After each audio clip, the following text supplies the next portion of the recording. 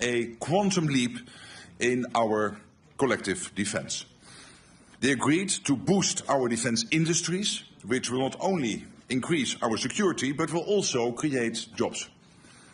And we have reaffirmed our unwavering support for Ukraine. All of this is crucial. It means that no matter the challenges we face, whether from Russia or terrorism, cyber attacks, sabotage or strategic competition, this alliance is and will remain ready, willing and able to defend every inch of Allied territory and ensure that our 1 billion people can continue to live in freedom and security. These decisions will have a profound impact on our ability to do what NATO was founded to do, deter and defend. And the key decision in that regard is to adopt the Hague Defence Investment Plan. With this plan, allies have agreed to invest 5% of GDP in defence. This is a significant commitment in response to significant threats to our security. It includes at least 3.5% of GDP invested in core defence requirements, a benchmark that until today was set at 2%. A target that I'm pleased to say all allies will now meet this year or have already met. The 3.5% is to fund our militaries and the equipment they need, from our air defences to ammunition, drones, tanks, troops and more.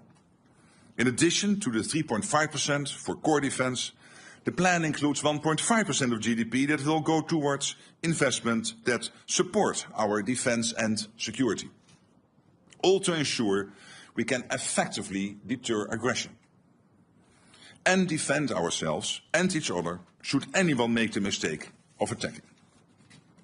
Allies recognise the severity of the threats we face, and in response they have come together to agree an ambitious but essential new defence spending commitment. Our decisions today show, from the Mediterranean to the Arctic, from the west coast of North America to our eastern flank, all allies are united in understanding that we need to step up to stay safe, and they are acting on it. President Trump has been clear. America is committed to NATO. He affirmed that again today in no uncertain terms. At the same time, he made clear that America expects European allies and Canada to contribute more. And that is exactly what we see them doing. European allies and Canada will do more of the heavy lifting, equalizing their spending and taking greater responsibility for our shared security. Of course, work does not stop here. This is day one. We now shift from agreeing on what we need to rolling up our sleeves and making this new plan a reality. And part of this requires that we rapidly expand our defence industrial capacity on both sides of the Atlantic. We need quality and quantity. We need to innovate and we need to act fast. So we will continue our work to bring down barriers. We will leverage our partnerships with the European Union, with Ukraine and in the Indo Pacific to foster defence industrial cooperation. And there are major economic benefits, with the potential for literally millions of extra jobs across the alliance. The decisions made today will make NATO much stronger. They also make NATO a fairer alliance, with Europe and Canada stepping up and carrying their fair share of the responsibility for our shared security. The resolve of allies is clear. We are in this together, committed to Article 5, and we are determined to stand firm. No one should doubt our capacity or determination should our security be challenged. This is the stronger, fairer and more lethal alliance that NATO leaders have begun to build. Of course, this is also an alliance that stands firmly by our neighbour and partner, Ukraine. My dear friend Volodymyr Zelensky is here in The Hague with us at the NATO summit along with his team. Our resounding message to him and the Ukrainian people is that Ukraine has our continued support, including with over 35 billion euros pledged so far this year with more to follow. All of this, our aim is to keep Ukraine in the fight today so that it can enjoy a lasting peace in the future. We stand by Ukraine in its pursuit of peace and will continue to support Ukraine on its irreversible path to NATO membership. It has been a momentous meeting today. Leaders have agreed on a trajectory that will ensure we are able to safeguard our freedom and security well into the future. And with that, I'm happy to take your questions. All right, I will call on people, and please, if you could state the outlet you're from, if I don't know that already. We'll start with Sky News. Yeah. Right here in the front and the center. We need a mic here. Thank you. Thank you. Deborah Haynes from Sky News. Hi. Hello. The language that you have used when talking to Donald Trump has been notable because of its flattery. Today you called him Daddy, and you sent a text message to him that was gushing with praise. Is this the way that you feel that you have to act when doing business with the US president, through flattery and praise? Isn't it a bit demeaning, and doesn't it make you look weak? No, I don't think so. I think it's a bit of a question of taste, but I think he's a good friend, and when he is doing stuff which is forcing us to, for example, when it comes to making more investments. I mean, would you ever think that this would be the result of this summit if he would not have been re-elected president? Do you really think that 7 or 8 countries who said, yeah, somewhere in the 2030s we might meet the 2%, we've now all decided in the last 4 or 5 months to get to 2%? So doesn't he deserve some praise? And when it comes to Iran, the fact that he took this decisive action, very targeted, to make sure that Iran would not be able to get its hands on a nuclear capability, I think he deserves all the praise. All right. Next question. Let's come to the front here. I think it's BBC. Yes. Yes. Well, wait for the mic, please. Jamel Musari from Hi. AC Persian TV. You said that attack against Iran was illegal and in accordance with the international law. But today, Kaja Kallas said she is not sure that it was legal and in accordance with international law. Is there any kind of disagreement between you in NATO? No, there's not, but there will be many views always about international law. I think what the US did last weekend is justified. This is preventing Iran, and this is a request NATO has had for a long time, a position NATO has taken for a long time, that Iran should not get its hand on a nuclear deterrence. So I think it was totally justified what the US did. And I think it's also important that the American president is very much now working to get the ceasefire not only today and yesterday, but to have that ongoing over the coming weeks. All right. I see FT in the halfway back.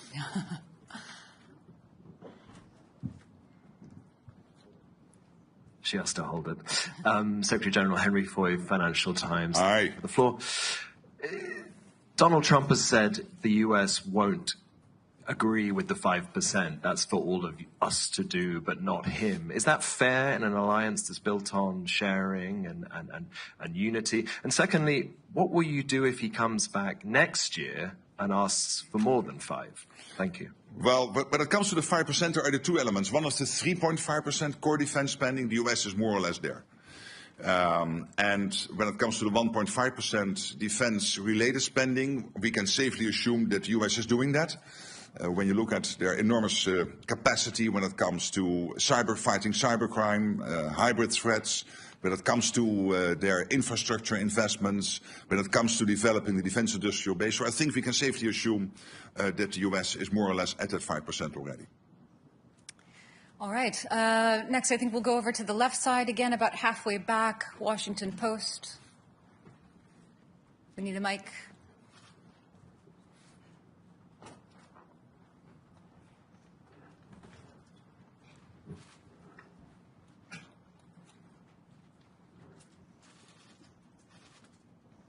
Thank you, Secretary General Ellen Francis, Washington Post. NATO allies will have to go to great pains to convince people that this money should be spent because of a Russian threat. But some of the comments at this summit suggest that it's all about pleasing President Trump. I think Secretary Rubio called it the Trump summit. Do you agree that it's the Trump summit, and how much of this pledge is about keeping the US president happy? Thank you. Well, there are two issues to this and to the 5%. One is that there is this consistent ask from the US. This started already with Eisenhower in the 1950s. For the Europeans and the Canadians to equalize with what the US is spending. And now, finally, we're going to do that.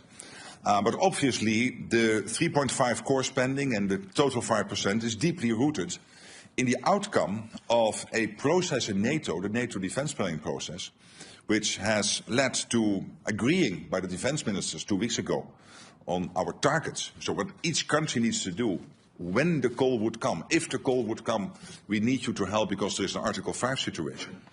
And we have calculated that to basically reach those targets, we need to spend 3.5% on core defense and, of course, the 1.5% on defense and security-related spending. So there is this US request, please equalize, because it's not fair that we shoulder much more than the others are doing and that we are carrying more weight than the others are doing. And there is the issue of that it is really necessary because of the long-term threat by the Russians to the whole of the Euro-Atlantic area and also the other upcoming adversaries, and of course the situation with China, where we see this impressive military build-up. So it is both true. The US has consistently had this request now for 60, 70 years, and finally we will do it. And I think that's important. It makes the whole of the alliance more stable and fairer. And there is the need because of Russia and others. All right. The woman in the third row over on the left side here. Natalia Robb, the New Voice of Ukraine. Secretary General, you have stated that this year Canadians and Europeans have pledged 35 billion into military support to Ukraine, and this is not even the half of the year. In your opinion, what should be expenditure for Ukraine at the end of the year? And what amount of military aid to Ukraine could help Ukraine to win the war, not just survive? Well, on the first question, it's difficult for me to exactly predict, but you can safely assume is the trajectory in the first almost 6 months now is really north of the trajectory last year, that also by the end of the year it will end up north of the over 50 billion which was pledged in 2024. So I'm positive about that, optimistic, but I'm not going to make a concrete prediction. But we can safely assume that the end result will be positive. And of course, what we are doing here, we have to make sure that Ukraine can stay in the fight, that Ukraine has what it needs to be as strong as possible. But obviously, we are all also working on getting a peace deal done or a long-term ceasefire done. And then we have to make sure that Ukraine has what it needs to prevent Vladimir Putin from ever trying this again in the future.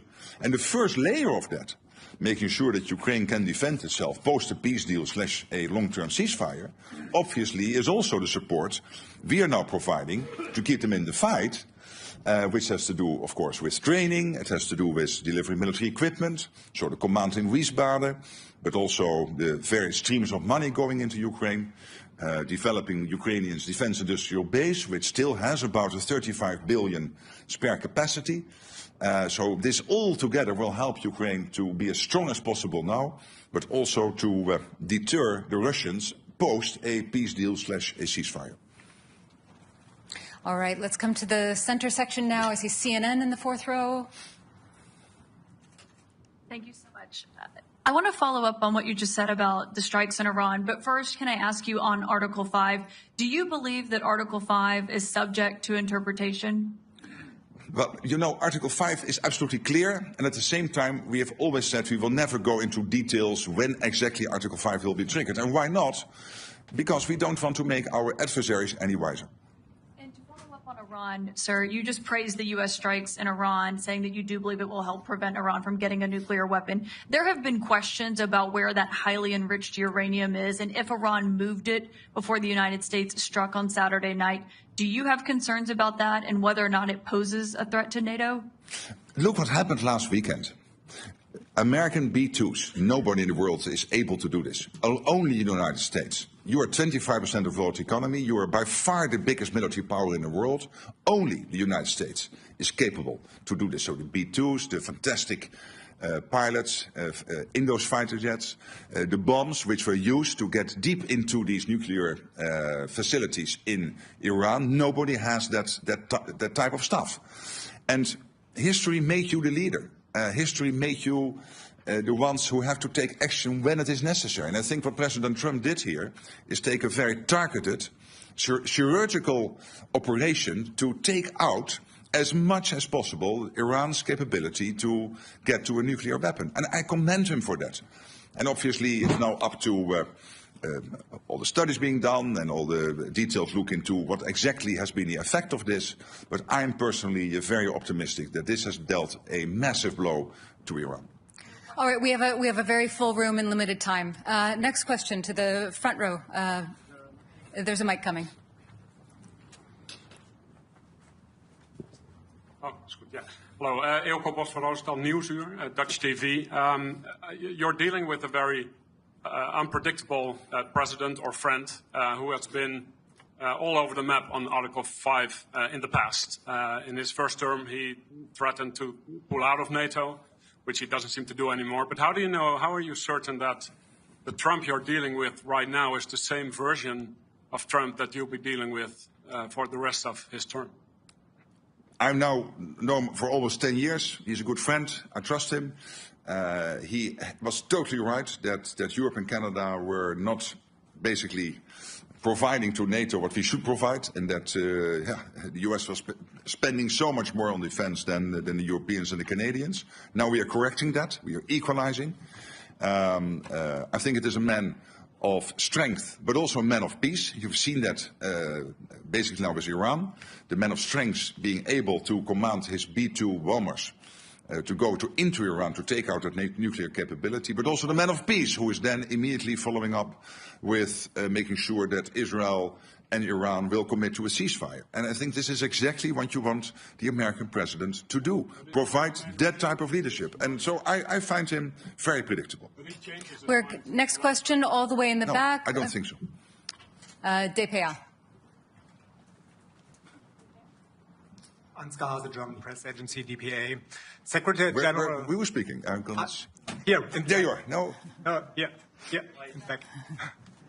I cannot see you. I can only answer the question if I see you. Can you stand up? Oh, you're really in the back. Sorry, yeah. Please. Thank you. Secretary General, I would like to come back to Article 5. Did President Trump promise in the meeting that he would stand by the allies until the end of his term? And if so, did he promise it without any conditions? Can I ask you, and not you, you're a journalist, so you are totally, of course, free to ask all those questions, but through you to some politicians in Europe and Canada to stop worrying. The United States is totally committed to NATO. The United States is totally committed to Article 5. How many times do we want them to say this? And as I said before, we have now had half a year when we constantly ask the US, are you with us, with NATO, with Article 5? So let's look for another country in NATO, one of the other 31, Iceland, the Netherlands, France or Canada, for the next half year to answer that question. All right. Limited time, lots and lots of questions. The woman in the green jacket here in the third row. Kathy Newman, Channel 4 News. Hi. Hello. You described in the communique Russia as a long-term threat. Isn't Putin an immediate threat? Did you water that language down to get agreement? No. Of course, if you're a long-term threat, you're also a short-term threat. So he is a threat now, and he is a threat in the long term. All right, same row, the woman in the white shirt with the glasses.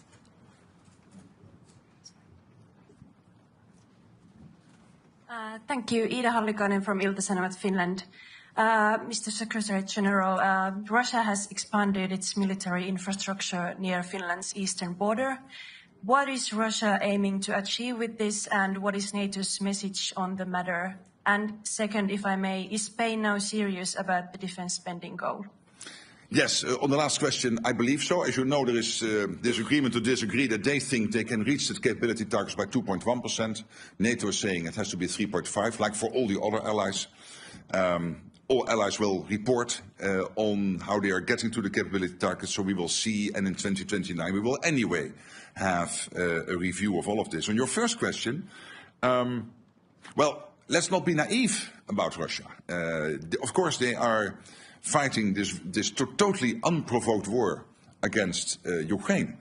But at the same time, and this is what we have been hearing, open source from many senior military leaders in Europe, including the Chief of Defense in Germany, they are building up their armed forces and reconstituting their armed forces at such a pace that they could be ready in 3, 5 or 7 years to attack NATO. And that is why today was so important, and today is so transformational. Yes, to the question before, because we had to equalize with the US and end the debate which has now been running for 60, 70 years. But particularly also because we know that there is this Russia threat, short-term, long-term, whatever. But the Russia threat is there, and we have to make sure that we can defend ourselves. And that is why we are doing this. Okay, we just have time for a few more questions. NHK, so fifth row here. Sacha from NHK, the public TV station of Japan. Thank you. My question is about the IP4 countries, but which were here in The Hague. But so I know you've been mentioning that you won't lecture the whole world, but since you were able to make this historical decision today, do you think this would trigger other countries like the IP4 countries to think twice about their threats around them and their defense spendings? Well, we have this close cooperation. I had yesterday an excellent meeting with the Japanese Foreign Minister. We will have a meeting with the senior leaders from the Indo Pacific 4 countries later today, and there will be another meeting also with President Zelensky and European leaders. So, but with the Indo Pacific 4, we will also meet. And this is because we know that our two areas, so the Euro-Atlantic and the Indo-Pacific, are getting more and more connected. Look at North Korea being so closely involved now in the war effort, and North Korean soldiers fighting on European soil against, on the Russian side, against Ukraine. That is rather historic. So this cooperation is important, where it's very much focused on innovation, very much focused on procurement, on defense industrial production, making joint assessments of what is happening in the Pacific, what is happening in the Euro-Atlantic, and how the two are more and more interconnected. And I must say, when I'm speaking to the leaders, and I was visiting Japan early April, having a long meeting with the Prime Minister, and I met him again last week in Calgary at the G7, but also the leaders of the Republic of Korea, Australia, New Zealand, they all are very much aware that, of course, part of having a deterrence is that you spend enough on it. And you see in all these countries debates ongoing on doing more where possible, but it is not up to me to advise them. Let me concentrate on the 32 and make sure that we do what we need to do. But I think that debate is taking place also in many countries outside NATO. Okay, I think we've just got time for a couple more questions. The center, fifth row, gentleman in the very center there. Yeah. Yes, my name is Heikki Aitikoski from the Finnish newspaper Helsingin Sanomat. Did you exchange views on Vladimir Putin and Mr. Trump seems to be in rather friendly terms with him? It would be interesting to hear what you talked about him. I've not changed my views on Vladimir Putin. I don't trust the guy, and of course I had a lot of dealings with him personally when we had a terrible situation with flight MH17, the Malaysian airline flight MH17, being shot out of the air by Russia in July 2014, and Putin telling me that he was not present in the Donbass and that he had no dealings in Ukraine and this, that and the other, and these were all lies. We know that. Okay, for the sake of geographical diversity, all the way in the back, Telegraaf. Pim Cedee, the Telegraaf. Mr. Rutte, I have two short questions for you right here at the back. How do you think Vladimir Putin will look at this NATO summit in The Hague and the appointments being made between the 8 NATO allies? The other question, completely different one, but how big is the role of the Dutch King, Willem-Alexander, the Queen, and also Amalia in organizing this NATO summit and making it into a success? A big role. Last night was really amazing. And I mean, we are both Dutch, and we can be very fortunate to have this royal family. Of course, they have that overview which many politicians who are there for 1 or 2 terms can never compete with. So we have a king here in the Netherlands who is now in that position for 12 years. And you sense that. I mean, the breadth, the benefits from which he is speaking, including with the American president and other leaders, is really impressive. And I've seen the same before with his mother, Queen Beatrix. So that is one of the huge advantages of having a monarchy. And I would say, well, to your and my country, let's be happy and let's be glad and grateful that his family is willing to do that. On the other question, I mean, look what Putin achieved. He wanted to divide the West, and now Finland and Sweden have joined NATO. He wanted to divide the West, and now we have committed to a 5% spending target. So he cannot be very happy, and he should not be very happy. All the way in the front, on the left. Never give the microphone away. Give it up so that you can see me. Dejan Šejnović, Nezavisne newspaper from Bosnia and Herzegovina. Thank you very much for this opportunity. So for the West Balkans, for the first time, long time, it hasn't been mentioned in the communique. What does it mean for our region? You yourself were several times talking about the importance of the region for the alliance. So what can you tell us why it's not mentioned? Yeah, but again, this is not your traditional communique which you would see in the UN or in NATO in the past, where you would have 60 pages, 90 paragraphs, basically talking about the world from the birth of Jesus up to today and everything in between. I mean, that's done. We try to focus. So we are still very much concerned. KFOR is there in Kosovo. EUFOR is there in Bosnia and Herzegovina. I was visiting the region, had extensive talks with the leadership in Bosnia, in Kosovo. I had a dinner in Brussels with the president of Serbia. So we are very much involved as NATO. The EU, of course, is very much involved. We closely coordinate with Kaja Kallas and Ursula von der Leyen on the European side. But what we really want to do here is not to recall all the language, like the irreversible path of Ukraine into NATO. It's still there, nothing changed. But really to focus on 3 core issues in 5 paragraphs. And one of the paragraphs is about the next meeting. So basically 4 paragraphs. And that is about, as you know, production, spending, and Ukraine. Okay, final question to the young reporters in the front. Yes. We'll get a mic to you. Just a moment. Thank you very much for this opportunity, Secretary General. We are the youth correspondents. Absolutely. And you are here now for 2 days, and you've been marvelous. Yes, thank you. There's a lot happening in this world, and many children worry about it.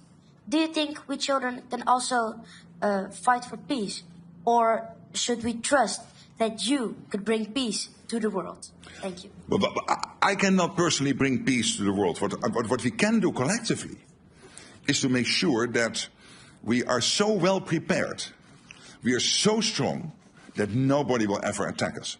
So the best way to preserve your future and that our children can live in a democratic, free, open society where you can be who you want to be, think what you want, have free press, what we basically have in the West, and let's be honest, it's fantastic, is to make sure that we spend enough on our defense, particularly if we know that we have some adversaries who are really trying to get at us. So that's the best way to preserve your future. And that's what we try to do today, to make that commitment.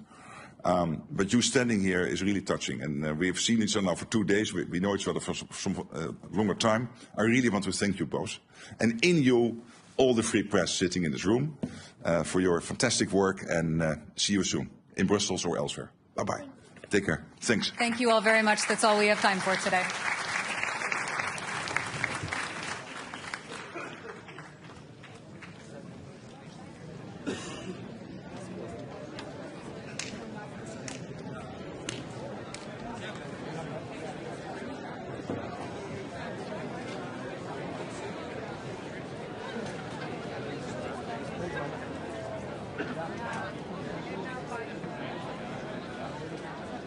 Adjustment at that point. The follow-up question is more of a reflection on the trip and what you hope to accomplish overall here. You said the other day that Canada is the most European of the non-European countries. You came here to sign a security and defense partnership. serious question. Is there any way, or have you given any thought to possibly trying to chart a path to joining the European Union? Obviously, it's a geographical series of countries, but they also share a philosophy about how to arrange society and how to treat individuals, and they share a lot of values with us. So is that door completely closed to us, or is there anything like being an observer or something that we can get to? Because I have to say that question comes up a lot in talking to Canadians these days. Interesting. I haven't heard it expressed to me by Canadians, or many Canadians. So the short answer is no. That's not the intent. That's not the pathway we're on. But much of what you said in your question, I would subscribe to, which is that most European and non-European nations. That's not necessarily a comment about the historical makeup of the country, but it's the relative value set, the value on liberty, the value on democracy, the importance of solidarity. We have